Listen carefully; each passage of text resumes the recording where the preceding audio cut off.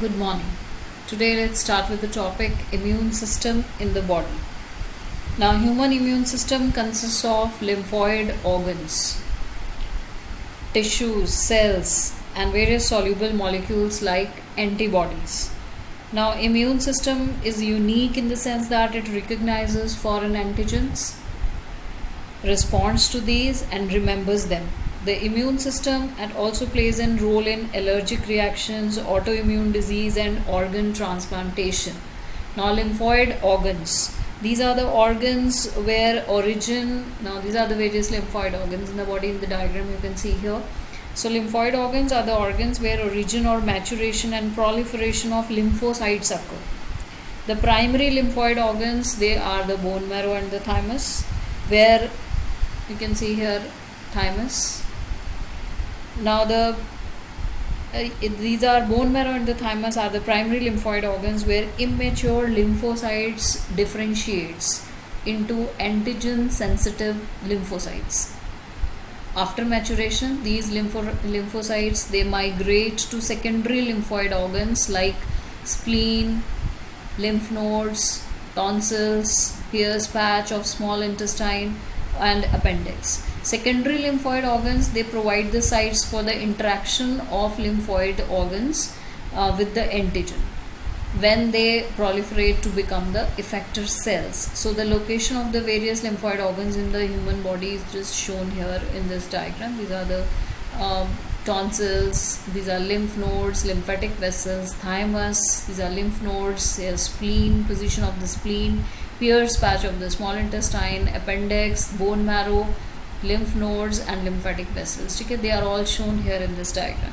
So the bone marrow is the main lymphoid organ where the blood cells including lymphocytes, they are produced. And thymus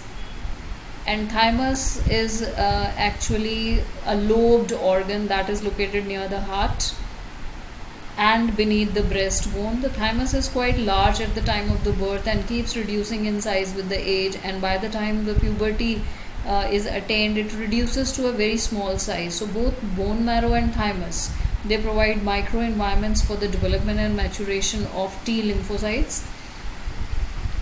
And the spleen is actually a large bean-shaped organ. It contains mainly lymphocytes and phagocytes. It acts as a filter of the blood by trapping blood-borne microorganisms. Spleen also has a very large reservoir of erythrocytes.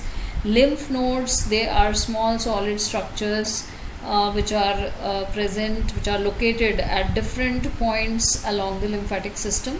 And lymph nodes, they trap the microorganisms or the other antigens which happen to get into the lymph and tissue fluids. So antigens trapped in the lymph nodes, they are responsible for the activation of the lymphocytes that are present there and cause the immune response. So there is a lymphoid tissue also located within the lining of the major tracts like respiratory, digestive and urinogenital tracts. So you can see here these are called as mucosal associated lymphoid tissue, and it constitutes about 50% of the lymphoid tissues in the human body. AIDS. Word AIDS stands for acquired immunodeficiency syndrome, and it means deficiency of immune system that is acquiring during the lifetime of an individual, indicating that it is not a congenital disease. Syndrome means a group of symptoms. AIDS was first reported in 1981, and in the last 25 years or so it has spread all over the world, killing more than 25 million people. AIDS is caused by HIV, that is human immunodeficiency virus, which is a member of the group of viruses which are called as retrovirus. Now retrovirus have an envelope enclosing the RNA genome, contains RNA. Now transmission of HIV infection generally occurs by sexual contact with the infected person, by transfusion of contaminated blood and blood products, by sharing infected needles as in the case of intravenous drug abusers, and from infected mother to her child through placenta. So people who are at high large risk of getting this infection includes individuals who have multiple sexual partners, drug addicts who take drugs intravenously, individuals who require repeated blood transfusions, and the children who are born to an infected mother. When do people need repeated blood transfusion? It is important to note that HIV or AIDS is not spread by mere touch or by physical contact. It spreads only through body fluids. It is therefore imperative for the physical and physiological well-being that the HIV or AIDS infected person are not isolated from family and society. So there is always a time lag between the infection and the appearance of the AIDS symptoms. So this period also may vary from a few months to many years, usually 5 to 10 years. Now this is how the replication of the retrovirus takes place. Now this is a viral protein code and the RNA inside which is called as the retrovirus. So this is viral RNA core and virus infects the normal cells. Once it infects the normal cells, enters the cell. So virus DNA is produced by reverse transcription. You have studied in chapter 6 about what is reverse transcription. That happens, and viral DNA is introduced into the cells and then into the cytoplasm. This viral DNA is incorporated into the host genome. Now new viral RNA is produced by the infected cells and new viruses they are produced. So new viruses, they can now leave this cell and they can now infect the other cells of the body.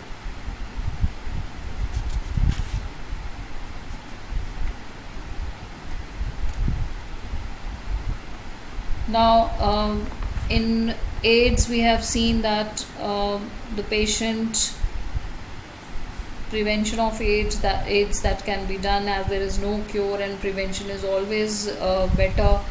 So there are various in our country, National AIDS Control Organization, non-governmental organizations, they have to educate the people. WHO has started a number of programs to prevent the spreading of AIDS and HIV infections. Now cancer is another most dreaded disease of human beings and is a major cause of death all over the world, and more than 1 million Indians, they suffer from cancer, and a large number of them, they also die from it annually.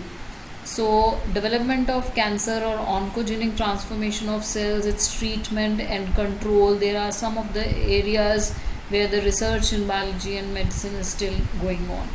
So in our body, cell growth and differentiation is highly controlled and regulated. Like in cancer cell mein, there is a breakdown of these regulatory mechanisms, and normal cells, they show a property of contact inhibition, by which the contact with the other cell inhibits their uncontrolled growth. So cancer cells, they appear to have lost this property. As a result of this, cancerous cells, they continue to divide, giving rise to large mass of cells which are called as tumors. Now tumors are further of two types, benign tumors and malignant tumors. Benign tumors normally remain confined to their original location and do not spread to the other parts of the body, and they cause little damage. Whereas malignant tumors, they are a mass of proliferating cells called neoplastic or tumor cells, and these cells, they grow very rapidly, invading and damaging the surrounding normal tissues. Now as these cells, they actively divide and grow, they also starve the normal cells of competing for vital nutrients. Cells from these such tumors, they reach distant sites, and this property is called as metastasis. So what is metastasis? It is the most feared property of the malignant tumors. When the cells, they slaughter from such tumors, they reach the other sites and they start a new tumor there. So this property is called as metastasis. So what are the causes of cancer? Now transformation of normal cells into cancerous neoplastic cells, it is induced by physical, chemical or biological agents. So these agents are called as carcinogens. Ionizing radiations like X-rays, gamma rays, non-ionizing radiations like ultraviolet, they cause DNA damage and leading to neoplastic transformations. So the chemical carcinogens that are present in the tobacco, tobacco smoke, they have been identified as the major cause of lung cancer. So cancer causing viruses, they are called as oncogenic viruses. Now oncogenic viruses, they have genes called viral oncogenes. So what are viral oncogenes? These are the genes which are present in the oncogenic viruses. Several genes called cellular oncogenes or CONC or proto-oncogenes, they have been identified in the normal cells. They get activated under certain conditions and then they lead to oncogenic transformations of the cells. So you can see here in this picture also benign or malignant tumors. Benign tumors, they are not cancerous tumors. They grow only locally and cannot spread by invasions to other parts or by metastasis. Whereas malignant cancer cells, they invade the neighboring tissues or enter the blood vessels and they metastasize to the different sites. They go to different sites. Now cancer detection and diagnosis or the treatment of cancer. Now early detection of cancer is essential as it allows the disease to be treated successfully in many cases. So cancer detection is actually based on biopsy and histopathological studies of the tissue and the blood and bone marrow tests for increased cell counts in the cells of the leukemia. And in biopsy, a piece of the suspected tissue, it is cut into various thin sections. It is stained and examined under the microscope. Histopathological studies, we call it as, by a pathologist. And techniques like radiography, that is the use of X-rays, CT scan, computed tomography, and MRI, that is magnetic resonance imaging, are very useful to detect cancers of the internal organs. Computed tomography uses X-rays to generate a three-dimensional image of the internals of an object, and MRI uses strong magnetic fields and non-ionizing radiations to accurately detect the pathological and physiological changes in the living tissues. Now antibodies against cancer-specific antigens are also used for detection of certain cancers. Techniques of molecular biology, they can be applied to detect genes in individuals with inherited susceptibility to certain cancers. Identification of such genes which causes an individual to certain cancers may be very helpful in prevention of cancers. Now such individuals may be advised to avoid exposure to particular carcinogens to which they are susceptible to. For example, tobacco smoke in the case of lung cancer. Now treatment of cancer. The common approaches for treatment of cancer are surgery, radiation therapy, and immunotherapy. Now in radiotherapy, tumor cells are irradiated lethally and taking proper care of the normal tissue surrounding the tumor mass. Several chemotherapeutic drugs, they are used to kill the cancerous cells, and some of these are specific for particular tumors. Now majority of drugs, they have side effects like hair loss, anemia, etc. And most cancers, they are treated by combination of surgery, radiotherapy and chemotherapy.